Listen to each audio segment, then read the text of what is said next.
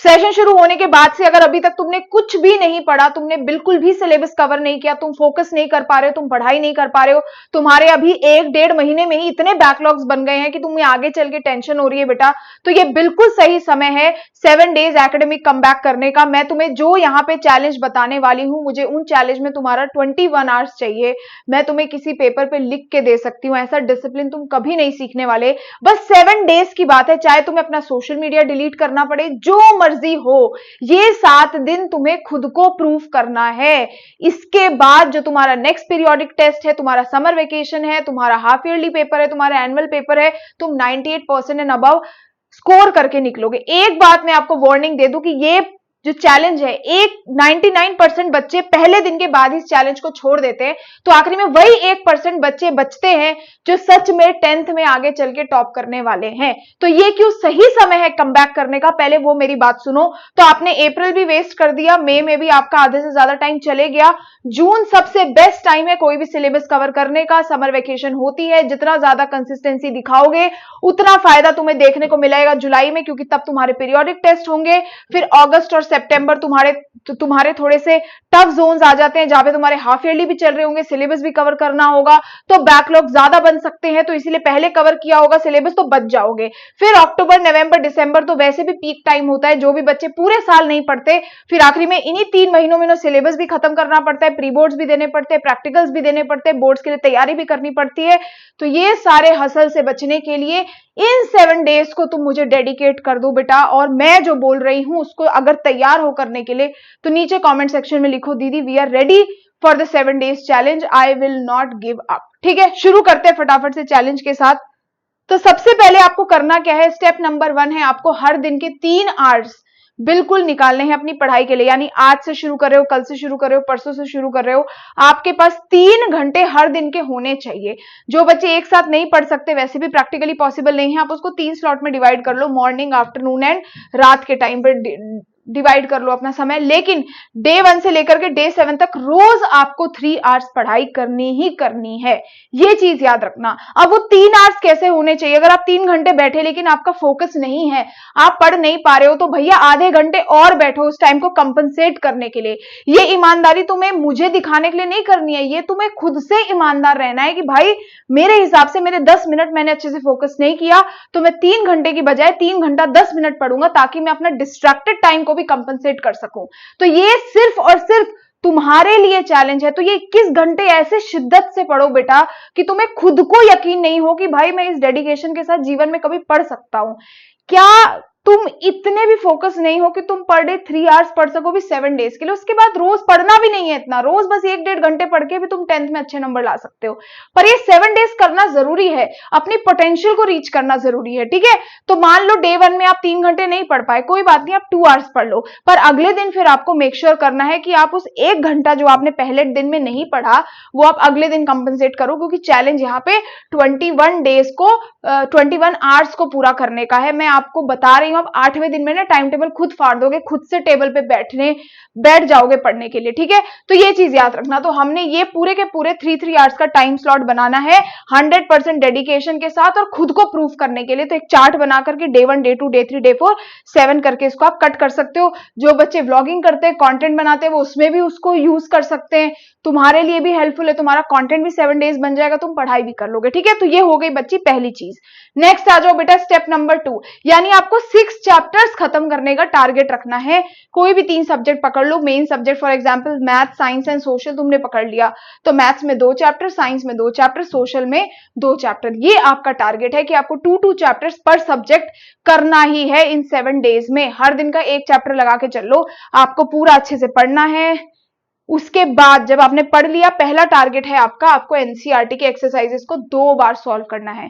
2 बार लिख के आप इसको सॉल्व करोगे, यानी कि आपने एनसीईआरटी के क्वेश्चंस लगाए, बैक एक्सरसाइज, इंटेक्स्ट एक्सरसाइजेस, आपको लगा पहला क्वेश्चन है, कुछ क्वेश्चंस की लिस्ट बना ली कि भाई मुझे 1 नहीं आया, 7 नहीं आया, 14 नहीं आया, 21 नहीं आया। ये क्वेश्चंस बेटा आपको दोबारा से सॉल्व करने हैं, ताकि आप दोबारा सॉल्व करो तो वो क्वेश्चंस बिल्कुल क्लियर हो जाए। तो ये पूरा एक स्टेप 1 है कि 6 चैप्टर्स में से एनसीईआरटी पढ़ ली, सारे सारे बैक एक्सरसाइजेस सवाल लगा लिए, ये हो गया आपकी लेवल 1 की प्रिपरेशन। पर ये कोई प्रिपरेशन बोर्ड प्रिपरेशन नहीं है, मात्र एनसीईआरटी के सवाल करके आपका वो कॉम्पिटेंस जो है वो बिल्ड नहीं होगा, आपका जो एनालिटिकल स्किल्स है वो बिल्ड नहीं होगी, है ना। उसके लिए आपको पैटर्न एनालिसिस आना चाहिए, वो हम स्टेप 3 में करेंगे। पर स्टेप 2 में आपको ये काम करना है, मन लगा के, बिल्कुल एक कॉपी ले आओ खरीद के, उसमें एनसीईआरटी क्वेश्चन सॉल्व करो, एक एक सवाल अच्छे से लिखो, लिख लिख के प्रैक्टिस करो। इसीलिए ये 7 डेज हैं कि हर एक स्टेप को हमें फॉलो करना है। नेक्स्ट आ जाओ स्टेप नंबर 3 में, ठीक है। अच्छा, अब जिन बच्चों के लिए 6 चैप्टर ज्यादा हैं, वो स्टेप 1 में केवल 3 चैप्टर्स भी अगर शिद्दत से कर ले तो भी कोई बात नहीं, मैं उनको ये कंपनसेशन दे सकती हूँ। कई बच्चे होते हैं बहुत स्लो लर्नर्स होते हैं, तो 3 चैप्टर भी कर ले तो भी ठीक है। पर मैं आपको पर्सनल यही सजेस्ट करूंगी कि आप 6 चैप्टर्स को टारगेट करें। इतने सारे चैप्टर जब आप एक साथ पढ़ लेंगे तो कुछ दिन के लिए फिर आप 1-1 घंटे पढ़ के आराम से रिलैक्स कर सकते हैं। नेक्स्ट आ जाओ स्टेप नंबर 3। यहां तक तो हमने एनसीईआरटी पढ़ ली, क्वेश्चंस कर लिए बेटा, लेकिन बोर्ड एग्जाम्स में 98% अगर तुम्हें लेकर के आना है तो उसके लिए टॉपर्स कोई बैठ बैठ के रट्टा नहीं लगा रहे होते दिन रात बैठ के, वो बस एक पैटर्न को एनालाइज करते हैं। चाहे किसी भी तरीके का पेपर हो, सीबीएसई, यूपीएससी, एनसीईआरटी, कोई भी पेपर, हर जगह एक पैटर्न होता है।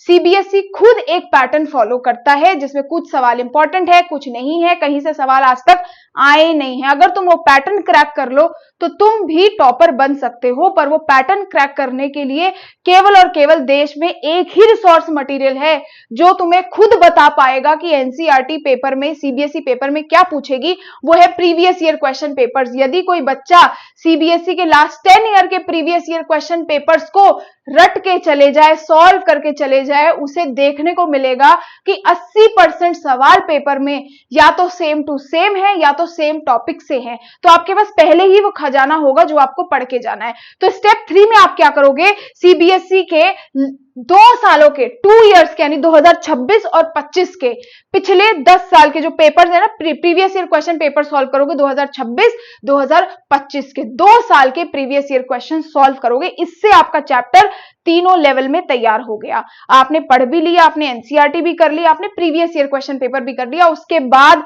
दुनिया की कोई मर्जी किताब लगाओ, कोई फर्क नहीं पड़ता, क्योंकि ये वो है जिनकी सबसे ज्यादा पॉसिबिलिटी है पेपर में आने की, सबसे आसान तरीका है बोर्ड में नंबर लाने का।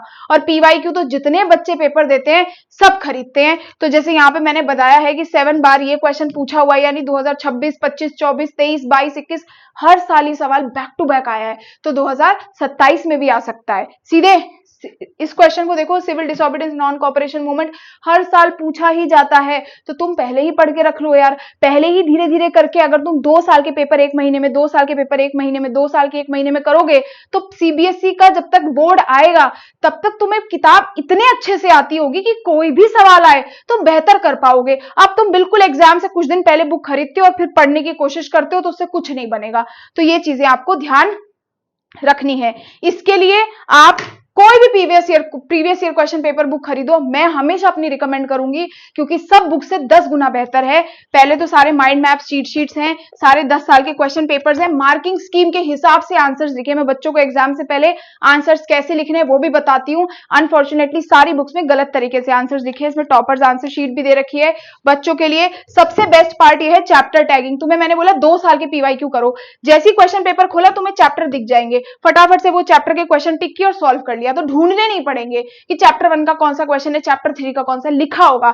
दूसरा, जो क्वेश्चन नहीं समझ आया तुरंत उसके वीडियो सॉल्यूशंस देख सकते हो। मैंने वीडियो सॉल्यूशंस भी इंटीग्रेट किए। जो क्वेश्चन टफ है उसके आगे वीडियो सिंबल है, उस पे जैसे ही आप स्कैन करते हो आपके सामने वीडियो सॉल्यूशन खुलता है जो सीबीएसई टीचर्स ने बनाया है। तो ये भी आपके लिए फायदा है। और साथ में ऐसे 2 बड़े बड़े चार्ट हैं साइंस और मैथ्स के लिए जो आप यूज कर सकते हो इस तरीके से, ताकि आपकी प्रिपरेशन अच्छे से हो सके। ये मैंने मेरे पीवाईक्यूज बता दिए, सबसे बेस्ट है, हर साल सबसे ज्यादा बिकने वाली previous year question paper book है। बेटा बेवकूफी ना करके जो पढ़ रहे हो ना उसका एक डायरेक्शन फिक्स करो कि मैं पढ़ूंगा सारा, बट मुझे आखिरी में तैयार क्या करना है, किस चीज को ज्यादा बार करना है। इन्हीं चीजों को 10 बार, 12 बार, 15 बार, 20 बार रिपीट करो, तुम पक्का पक्का नंबर लेकर के आओगे। तो ये है तुम्हारा 7 डेज चैलेंज। रही बात बुक्स की, मैंने ये पूरी की पूरी सारे सब्जेक्ट्स की जो बुक है, ये 4 बुक्स का कॉम्बो आता है, ये मैंने बेटा डिस्काउंट पे लगाया हुआ है आज के लिए, 25% डिस्काउंट पे है, जाके ले सकते हो। साइंस, मैथ्स, इंग्लिश, सोशल, चारों कॉम्बो तुम साथ में खरीद सकते हो। तो बस ये 7 डेज चैलेंज आपको फॉलो करना है। मैं आपको बेटा सच में बोल रही हूं, मैं कभी गलत गाइडेंस देती ही नहीं हूं, पहली बात चैनल पे। और दूसरी चीज ये है कि जब ये चैलेंज तुम कर रहे होगे ना, तुम्हें खुद अपने अंदर से रियलाइजेशन होगी। अभी नहीं करोगे तो कब करोगे बेटा? क्यों आखिरी के लिए तुम्हें पेपर पढ़ाई करने के लिए छोड़ना है, जब तुम स्टार्टिंग से एक एक घंटे मजे करते करते पढ़ सकते हो? तो ये चैलेंज फॉलो करो, कॉमेंट सेक्शन में मुझे बताओ। Till then thank you so much, bye bye, God bless you.